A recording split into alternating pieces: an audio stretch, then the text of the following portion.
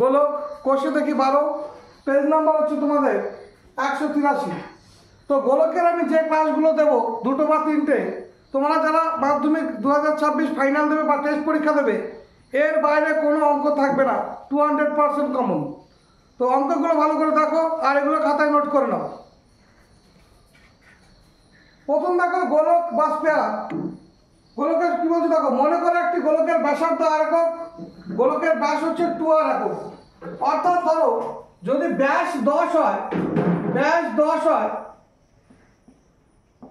তাহলে ব্যাসার্ধ কি হবে? বললাম ব্যাসার্ধ তার অর্ধেক হবে, অর্থাৎ 10/2 কাটলে কত হলো 5। অর্থাৎ ব্যাস দ্বারা ব্যাসার্ধ তার অর্ধেক হয়। দেখো গোলকের ব্যাস হচ্ছে 2r একক। এবার দেখো গোলকের ব্যাস d একক হলে ব্যাসার্ধ কি হবে? d/2। আগেই বলেছি ব্যাস যাবে ব্যাসার্ধ তার অর্ধেক। এবার দেখো গোলকের আয়তন বা ঘনফল, তার সূত্র কি? 4/3 পাই ইনটু ব্যাসার্ধের কিউব, অর্থাৎ 4/3 পাই r কিউব, কারণ ব্যাসার্ধ মানে r এর কিউব ঘন একক। গোলকের বক্রতল বা সমগ্রতলের ক্ষেত্রফল কি? 4πr²। এটা কি হবে? বর্গ একক। এবার দেখো ফাঁপা গোলক বা হলো স্ফিয়ার। একটি ধাতু নির্মিত ফাঁপা গোলকের অন্তর্ব্যাসার্ধ r একক এবং বহির্ব্যাসার্ধ হচ্ছে বড় হাতের r একক। অন্তরটা হচ্ছে ছোট হাতের r, বহির্ব্যাসার্ধ বড় হাতের r। গোলকটির ধাতুপাত তাহলে কি হবে? বড় হাতের r থেকে ছোট হাতের r মাইনাস হবে, একক পুরো হবে। ফাঁপা গোলকের ধাতুর আয়তন সমান সমান কি হবে? 4/3 পাই r কিউব ঘন একক বিয়োগ কি হবে? 4/3 পাই ছোট হাতের r কিউব ঘন একক। অর্থাৎ এর সূত্র কি হবে? 4/3 পাই বড় হাতের r কিউব বাই ছোট হাতের r কিউব ঘন একক। এবার দেখো নিরেট গোলক বা সলিড স্ফিয়ার, অর্থাৎ যেটার মধ্যে কোনো ফাঁপা থাকবে না। নিরেট মানে কি? ধরো এই একটা গোলক যেখানে কি হচ্ছে কোনো ফাঁপা থাকবে না, পুরোটাই হচ্ছে ভর্তি থাকবে, পুরোটাই হচ্ছে তোমাদের ভর্তি থাকবে, তাহলে এটা হচ্ছে নিরেট গোলক।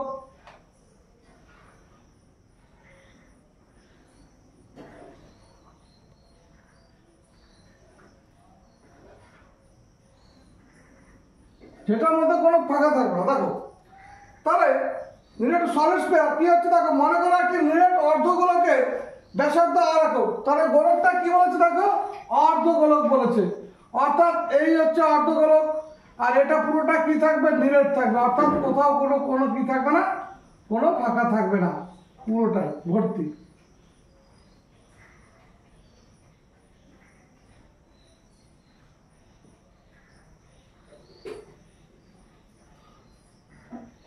তাহলে দেখো নিরেট, মনে করো একটি নিরেট অর্ধগোলকের ব্যাসার্ধ, অর্থাৎ এই গোলকের ব্যাসার্ধ কি হবে? r একক বলেছি, কি ব্যাসার্ধ। এবার দেখো নিরেট অর্ধগোলকের আয়তন বা ঘনফল কি হবে? 2/3 পাই r কিউব ঘন একক। কি বললাম? 2/3 পাই r কিউব ঘন একক। পরে দেখো নিরেট অর্ধগোলকের বক্রতলের ক্ষেত্রফলের সূত্র কি? 2πr² বর্গ একক। নিরেট অর্ধগোলকের সমগ্রতলের ক্ষেত্রফল সমান সমান কি হয়? প্রান্ততলের ক্ষেত্রফল যোগ বক্রতলের ক্ষেত্রফল। প্রান্ততলের ক্ষেত্রফলের সূত্র হচ্ছে πr² বর্গ একক আর বক্রতলের ক্ষেত্রফল হচ্ছে 2πr² বর্গ একক। তাহলে πr² আর 2πr² যোগ করলে কত হচ্ছে? অর্থাৎ আমরা বলতে পারি নিরেট অর্ধগোলকের সমগ্রতলের ক্ষেত্রফল হচ্ছে 3πr² বর্গ একক। তারপর দেখো একটি ধাতু নির্মিত অর্ধগোলাকৃতি পাত্র, যেমন হচ্ছে কি বাটি, মুখের বাইরের ব্যাসার্ধ বড় হাতের r একক হলে এবং ভিতরের দিকের ব্যাসার্ধ ছোট হাতের r একক হলে প্রথম দেখো পাত্রটির ধাতুপাত, তাহলে কি হবে? পাত্রটিতে যে ধাতুপাত ব্যবহার করলে কি হবে? বড় হাতের r মানে ছোট হাতের r। পাত্রটির ধাতুর আয়তন কি হবে? 2/3 পাই r কিউব বড় হাতের r কিউব ঘন একক মাইনাস 2/3 পাই ছোট হাতের r কিউব ঘন একক। পাত্রটির সমগ্রতলের ক্ষেত্রফল কি হবে? দেখো পাই ইনটু বড় হাতের r² মাইনাস ছোট হাতের r² প্লাস 2 পাই বড় হাতের r² মাইনাস 2 পাই ছোট হাতের r² বর্গ একক। অর্থাৎ পাই ইনটু কি হবে? 3 বড় হাতের r² প্লাস ছোট হাতের r² বর্গ একক। অর্থাৎ পাত্রটির সমগ্রতলের ক্ষেত্রফল হচ্ছে পাই ইনটু 3r² প্লাস r² বর্গ একক।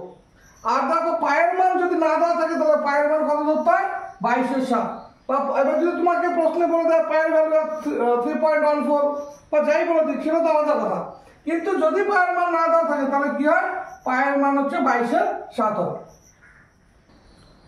কোশ্চেন থেকে 12 প্রথম অঙ্কটা দেখো, একটি গোলকের ব্যাসার্ধের দৈর্ঘ্য 10.5 সেমি হলে তার সমগ্র তলের ক্ষেত্রফল হিসাব করে লিখি। তাহলে দেখো এটা কি করবো, আমাদের কি বলা আছে ব্যাসার্ধ, তাহলে লিখবো গোলকের ব্যাসার্ধ আর সমান সমান কত 10.5 সেমি। এবার দেখো কি বলছে সমগ্র তলের ক্ষেত্রফল, তাহলে গোলকের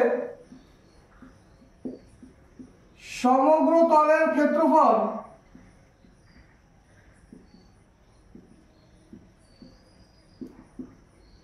4 পাই r স্কয়ার। তাহলে দেখো 4 ইন্টু পাই মান কত বললাম 22/7, আর মানে 10.5 তার হোল স্কয়ার। 4 ইন্টু 22/7 ইন্টু দেখো দশমিক যদি তুলে দিই আমরা 105/10 গুণ 105/10। তাহলে দেখো কাটি আমরা 2 2 4 5, 5 দিয়ে 2 1, 2 2 কেটে দাও, 7 দিয়ে কেটে দাও 3, তাহলে 22 গুণ 3 গুণ 21, 66 গুণ 21। তাহলে দেখো 66 গুণ 21 তাহলে 1386 বর্গ সেমি। তাহলে আমাদের সমগ্র তলের ক্ষেত্রফল কি হবে, সমগ্র তলের ক্ষেত্রফল হবে 1386 বর্গ সেমি। পরের পরে দেখো একটি চামড়ার বল তৈরি করতে প্রতি বর্গ সেমি 17.50 টাকা হিসাবে 431.20 টাকা লেগেছে, বলটির ব্যাসের দৈর্ঘ্য নির্ণয় করো। তাহলে দেখো আমরা এখানে কি বলছে প্রতি বর্গ সেমি কত টাকা, তাহলে দেখো লিখবো কি আমরা প্রতি বর্গ সেমি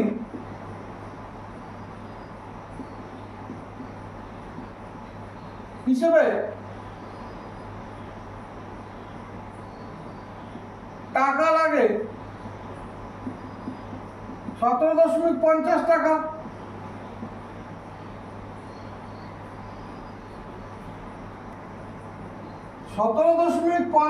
টাকা লাগে 1 বর্গ সেমির জন্য। তারপরে দেখো 431.20 টাকা লাগে 431.20/17.50 বর্গ সেমির জন্য।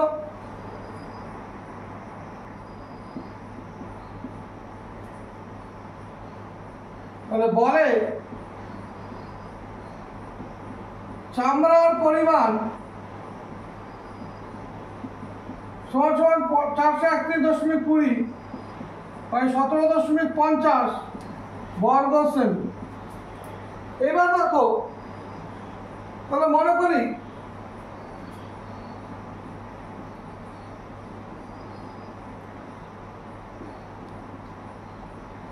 চামড়ার বলের ব্যাসার্ধ সমান 8 সেমি এবং ব্যাস সমান 2r সেমি। এবার প্রশ্ন অনুসারে আমাদের কি বলছে দেখো বলটি আমাদের বলছে বলটি ব্যাসের দৈর্ঘ্য, আর টোটাল বলটা তৈরি করতে হচ্ছে কি কত লেগেছে 431/20/17.50, এটা টোটাল চামড়ার পরিমাণ। তাহলে লিখবো বলের পৃষ্ঠতলের ক্ষেত্রফল সমান 4 পাই r স্কয়ার বর্গ সেমি। তাহলে প্রশ্ন অনুসারে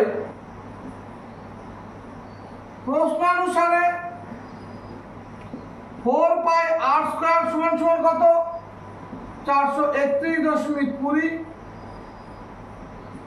বাই 17.50।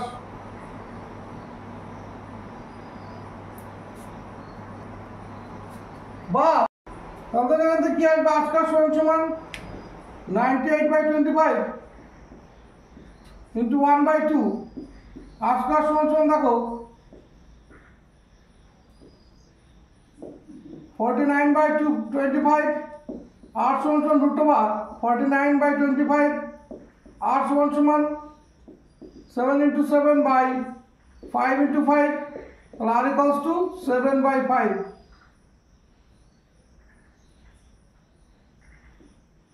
বর্গ সেমি।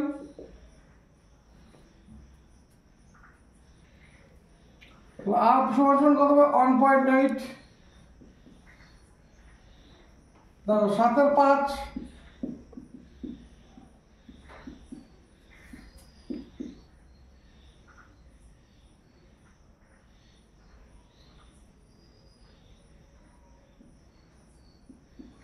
তাহলে 1.4 আমাদের কি চেয়েছে ব্যাস সমান 2r 2 গুণ r হচ্ছে 1.4 2.8 সেমি। তাহলে আমাদের ব্যাস কি হবে 2.8 সেমি। তাহলে টাকা বুঝে নাও প্রতি বর্গ সেমি হিসেবে টাকা লাগে 17.50 টাকা। তাহলে 17.50 টাকা লাগে 1 বর্গ সেমির জন্য। 431.20 টাকা লাগে কত 431.20/17.50 বর্গ সেমির জন্য। তাহলে বলে চামড়ার পরিমাণ হচ্ছে টোটাল কত এইটা বর্গ সেমি 431.20/17.50 আর মনে করে চামড়া বলে ব্যাসার্ধ কত r এবং ব্যাস হচ্ছে কি 2r বলের পৃষ্ঠতলের ক্ষেত্রফল তাহলে কি কত 4πr² বর্গ সেমি। তাহলে প্রশ্ন অনুসারে 4πr² সমান কি এই যে টোটাল যে চামড়াটা লেগেছে সেটা অর্থাৎ 431.20/17.50 তাহলে এইবার দেখো মান বসালাম পায়ের 22/7 এখান থেকে কার মান বের করলাম আর এর মান কত আসলো 1.4 এটা বেরোলো কি আমাদের আর মানে কি ব্যাসার্ধ আর ব্যাস মানে কি 2r তাহলে 2 দিয়ে ব্যাসকে গুণ করলে কি ব্যাসার্ধকে গুণ করলে কি হলো আমাদের ভ্যালু আসলো 2.8 সেমি। এটাই হবে আমাদের উত্তর। স্কুলে শর্টপাট খেলার জন্য যে বলটি ব্যবহার করা হয় তার ব্যাসের দৈর্ঘ্য 7 সেমি হলে বলটিতে কত ঘন সেমি লোহা আছে হিসাব করে লিখি। অর্থাৎ কত ঘন সেমি বলটিতে লোহা লেগেছে মানে কি বলের টোটাল কোন কি চেয়েছে আমাদের আয়তন চেয়েছে। এটা যদি স্কুলে শর্টপাট খেলার বল হয় তাহলে এই যে পুরো বলটা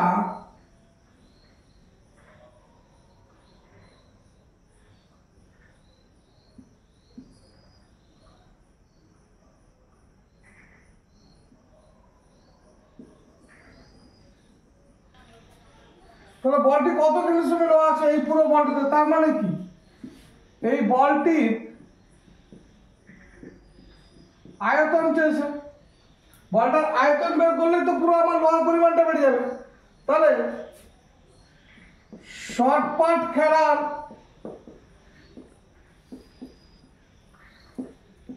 বলে ব্যাসার্ধ r সমান 7 সেমি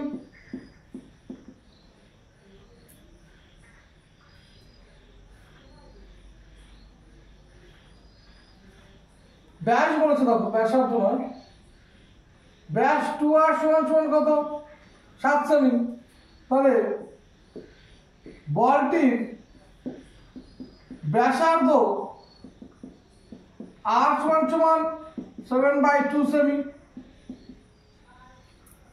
তবে এবার কি লিখবো বলটিতে কত ঘন সেমি লোহা আছে সেটা লিখি। তাহলে বলটির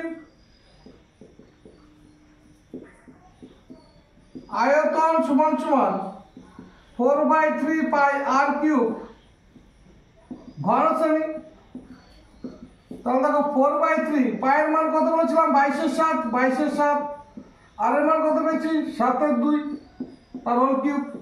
তাহলে 4/3 গুণ 22/7 গুণ 7/2 গুণ 7/2 গুণ 7/2 কেন দেখো এটা কি করেছি কিউব ছিল তাই 3 বার লিখলাম।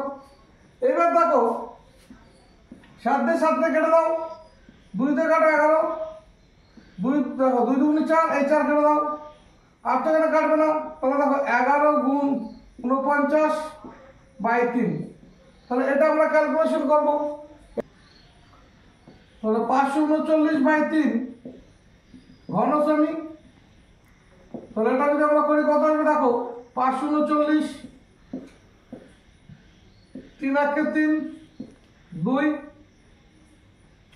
23, 3 সাথে কত 21, 2, তাহলে দেখো 3 নং 27, 179 পূর্ণ 2 এর 3 ঘন সেমি। তাহলে কি বলেছে, কত বলেছে, কত কত ঘন সেমি লোহা আছে হিসাব করে লিখি।